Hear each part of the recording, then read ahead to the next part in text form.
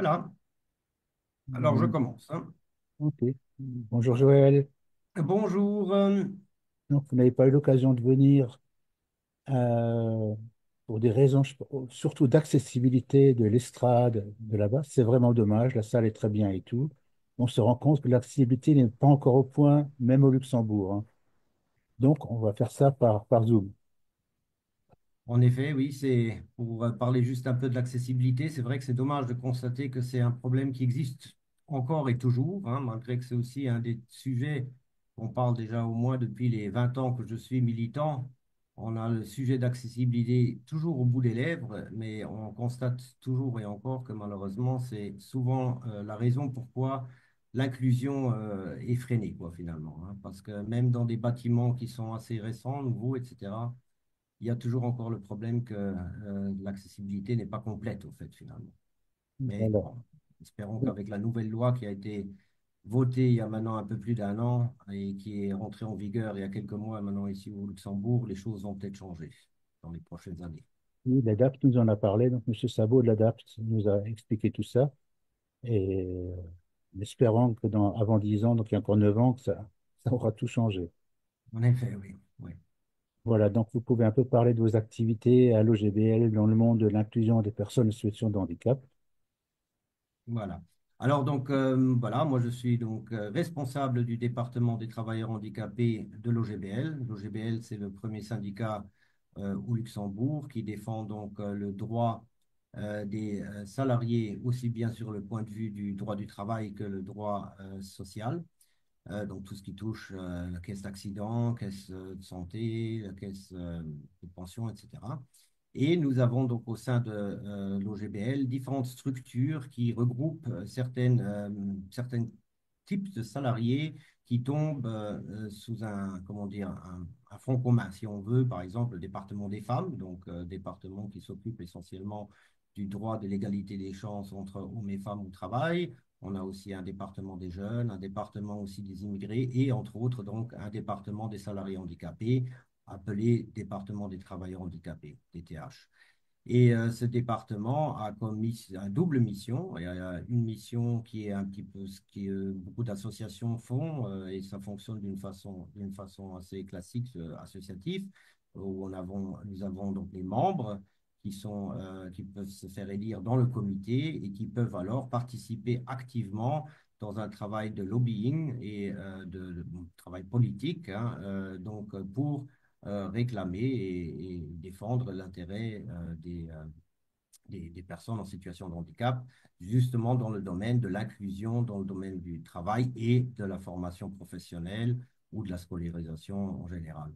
Et nous avons une deuxième partie qui est une partie qui est dédiée directement à la gestion des dossiers des membres, c'est-à-dire si vous êtes salarié handicapé, que vous êtes membre à l'OGPL et que vous rencontrez tout d'un coup des soucis avec votre employeur, par exemple de la discrimination au lieu du travail, suite à l'handicap ou tout simplement que vous constatez que vos droits en tant que salarié ne sont pas respectés, ben, vous pouvez donc prendre contact avec notre département et nous allons tout faire pour soutenir le salarié en question pour que ces problèmes ne deviennent pas aussi grands que tout d'un coup son poste de travail soit mis en péril.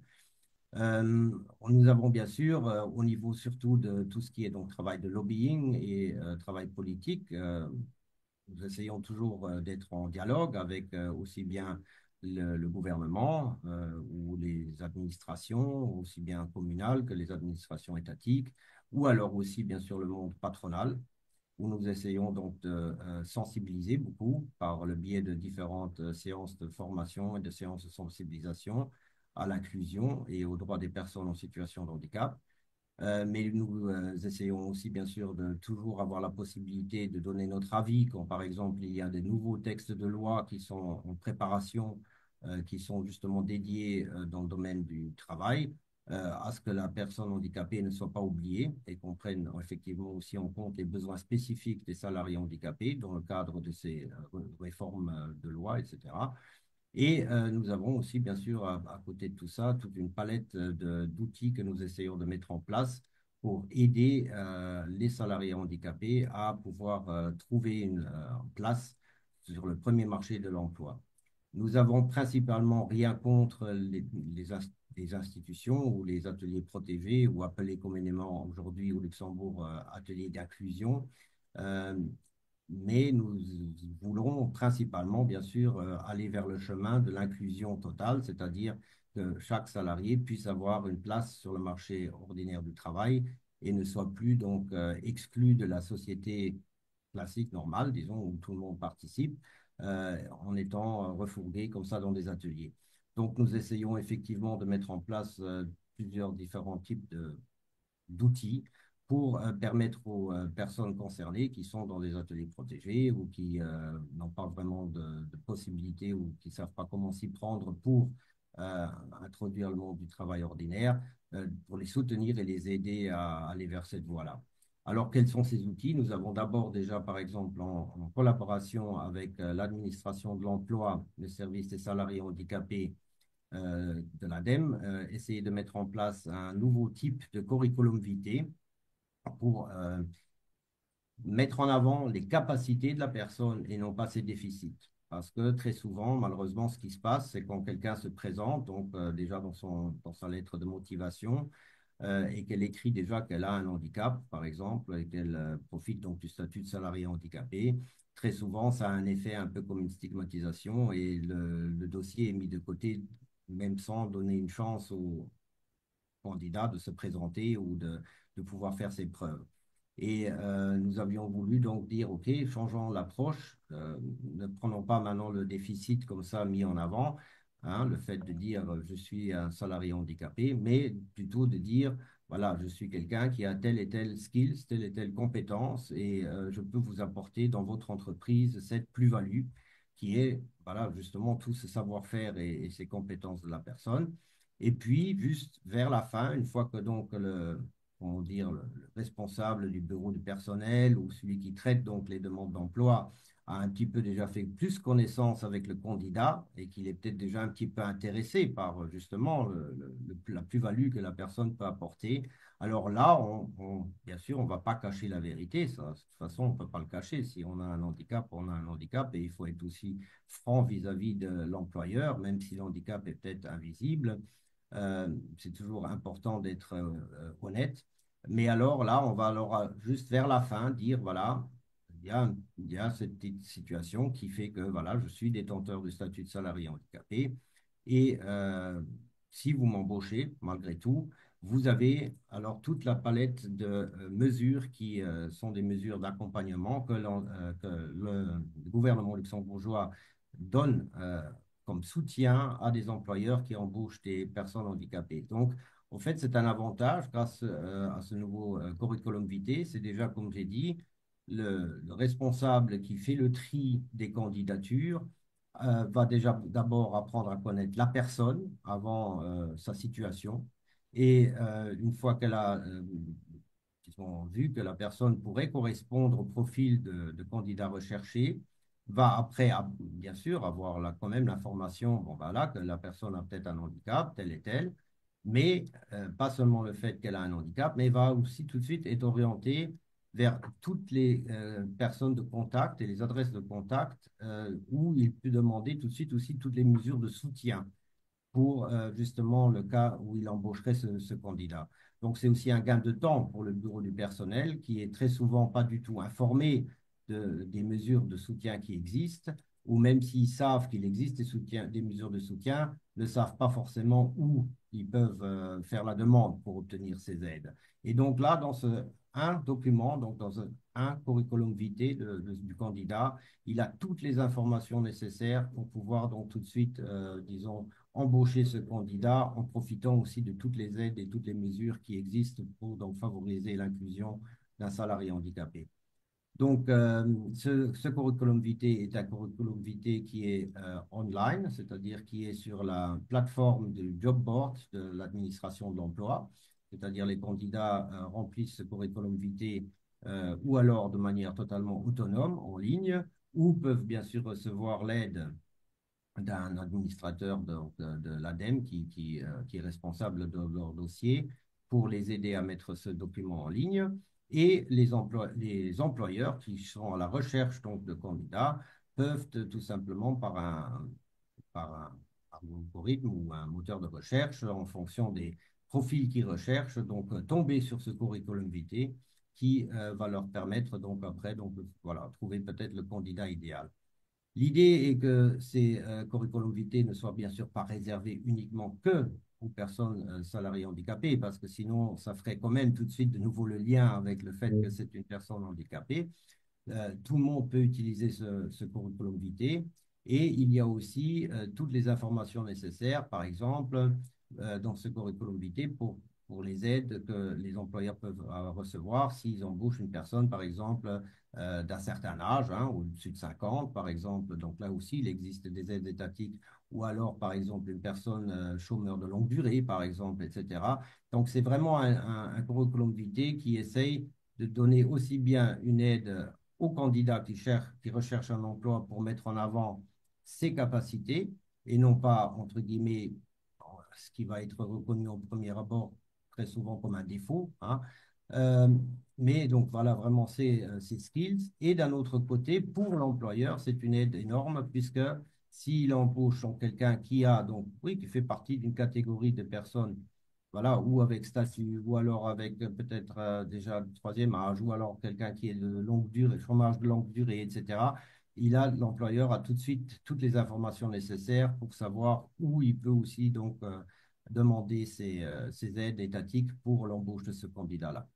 Malheureusement, ce curriculum vitae n'a pas encore vraiment décollé dans le sens où il n'y a pas encore assez de personnes qui l'utilisent.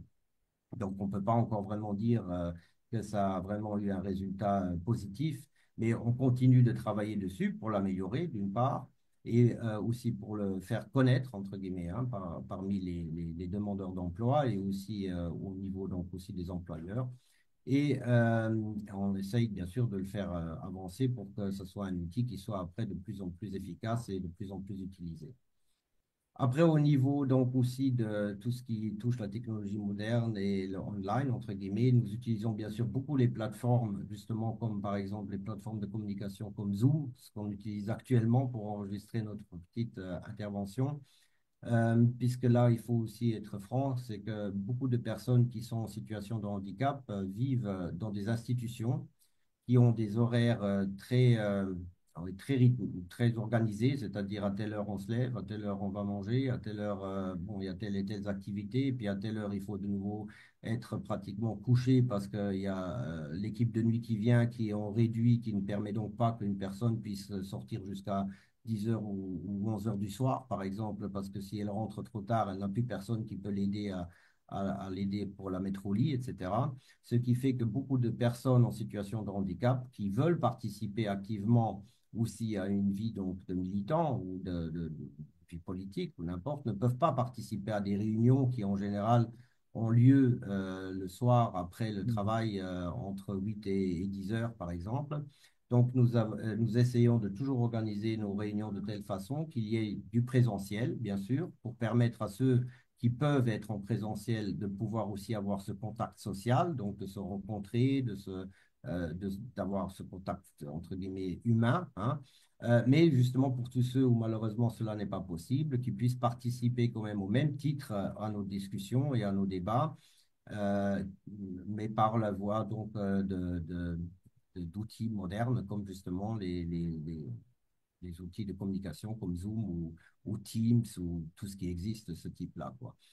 Donc là, on peut dire que c'est au fait une plus-value que le Covid nous a apporté, puisque le Covid nous a tous mis un petit peu à situation égale, hein. Finalement, beaucoup de personnes valides ont connu ce que les personnes handicapées vivent, c'est-à-dire ce côté d'isolement, hein, social, du fait que tout d'un coup, ne plus pouvoir sortir, se rencontrer, aller comme ça en groupe où on a envie d'aller, hein, et de participer activement à la vie de la société, mais d'être un petit peu en isolation, ce que beaucoup de personnes malheureusement vivent quand ils sont en institution. Et on a dû donc tous réinventer notre façon de communiquer et de s'échanger. Donc on a tous utilisé ces nouveaux outils de communication. Et finalement, on a constaté que ben voilà, c'était finalement une bonne chose d'avoir dû passer par là parce que ça nous a permis de revoir notre façon de travailler et de ne plus juste faire du présentiel, mais aussi donc de permettre dans des réunions de dire aussi à des personnes qui n'ont pas la possibilité de se déplacer physiquement, de quand même avoir le droit, le même droit de participer activement à la discussion et au travail de militants de base, quoi. Voilà. C'est ce qu'on fait pour notre conférence finale, comme les soucis Finalement, oui. d'accessibilité. Là, vous allez Voilà, participer pleinement, et c'est bien, c'est voilà. génial, parce que je pense que Voilà. votre témoignage est vraiment important pour nous. Et je vous remercie vraiment de votre implication à ce projet. On va également parler de l'accessibilité du site web. On a beaucoup travaillé sur l'accessibilité de notre site web parce qu'on n'y connaissait rien. On a pris un partenaire français qui d'ailleurs est aveugle, qui a créé une société d'accessibilité, lui-même étant aveugle. Ils nous ont vraiment aidé à rendre notre site accessible, surtout pour les personnes qui ont des problèmes de vision, les dyslexiques, etc. Voilà. Oui. On a beaucoup appris pendant cette année de projet et on aura beaucoup de choses à partager sur notre site et on va encore rester en contact après. Parce que le but l'an prochain, c'est un peu de disséminer tout ce qu'on a fait ici. Si je peux me permettre encore justement de peut-être Oui. rajouter encore un petit quelque chose, c'est justement, je trouve que votre projet, et c'est pour ça aussi que ça m'a compté beaucoup de pouvoir y participer, c'est que c'est justement aussi vraiment un exemple de bonne pratique de comment on doit travailler de manière euh, comment dire, connecté, hein, dans le sens vraiment propre du terme, parce que je pense qu'on a beaucoup de choses à apprendre un des autres et c'est totalement inutile de toujours réinventer la roue, hein. Donc c'est mieux de pouvoir s'échanger et de pouvoir se baser sur les expériences que d'autres ont déjà fait, hein, et pour pouvoir avancer en commun. Et justement, le fait d'être connecté comme ça et de pouvoir s'échanger aussi au niveau international, pas seulement juste dans son petit cercle connu, dans la petite bubble, comme on pourrait appeler ça sur Internet, avec qui on a toujours affaire, mais de voir aussi ce qui se passe ailleurs et tout ça, ça peut motiver justement aussi beaucoup de personnes de faire aussi, de réaliser leurs rêves ou leurs intentions ou leurs choses. Et comme par exemple cette personne que vous dites qui vous a aidé à créer ce site internet, donc qui est elle-même donc malvoyante ou non-voyante, c'est quelque chose de vraiment très positif parce que c'est quelque chose aussi qui montre que finalement on peut atteindre beaucoup de choses de manière aussi totalement indépendante et faire bouger les choses et faire avancer les choses et que très souvent, il faut juste avoir le petit coup de pouce, hein, ou être au bon moment, au bon endroit et de dire, voilà, dire se lancer. Et c'est ce petit courage qui manque beaucoup souvent à des personnes, hein, qu'on constate qui sont comme ça dans des situations un peu, qui se sentent désespérées, qui ne voient pas trop d'espoir dans l'avenir ou qui se laissent un petit peu comme ça à l'abandon finalement, mais qui ont tous, au fait, parce qu'on a tous, au fait, les mêmes rêves et les mêmes souhaits dans la vie, hein. Donc, à quelque part, très souvent de voir que quelqu'un d'autre a fait quelque chose, et qu'il a réussi quelque chose, qu'il a eu un écho positif en se lançant, ça peut motiver aussi d'autres personnes à dire aller de l'avant et de faire pareil, quoi, dans un autre domaine, hein, certainement, hein, mais effectivement de se lancer. Là, la seule chose que je voudrais encore peut-être rajouter, c'est que bien sûr, tout le monde ne peut pas toujours arriver tout seul et qu'il faut aussi que les structures existantes permettent de faire ce pas et là, nous espérons qu'effectivement, la loi sur le statut du travailleur handicapé soit réformée prochainement pour inclure aussi dans le niveau de la loi tout ce qui est le volet apprentissage.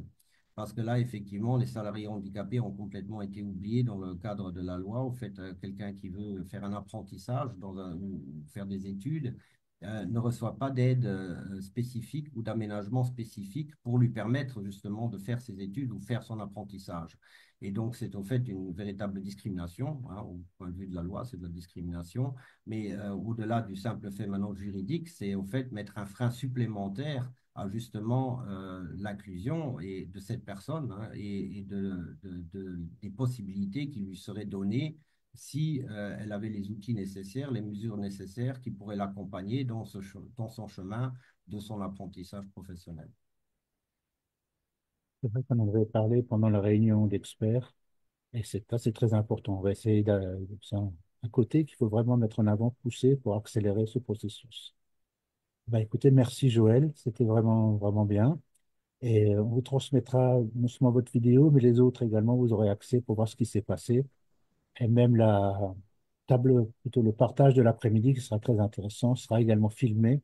Donc vous aurez accès à tout ça et donc vous participerez totalement, même si ce n'est pas en direct. Merci bien. Merci encore de participer à notre projet, de nous avoir aidés. Et puis, on reste en contact alors. Tout à fait. Au Merci bien. plaisir alors. Au Allez, revoir. au revoir.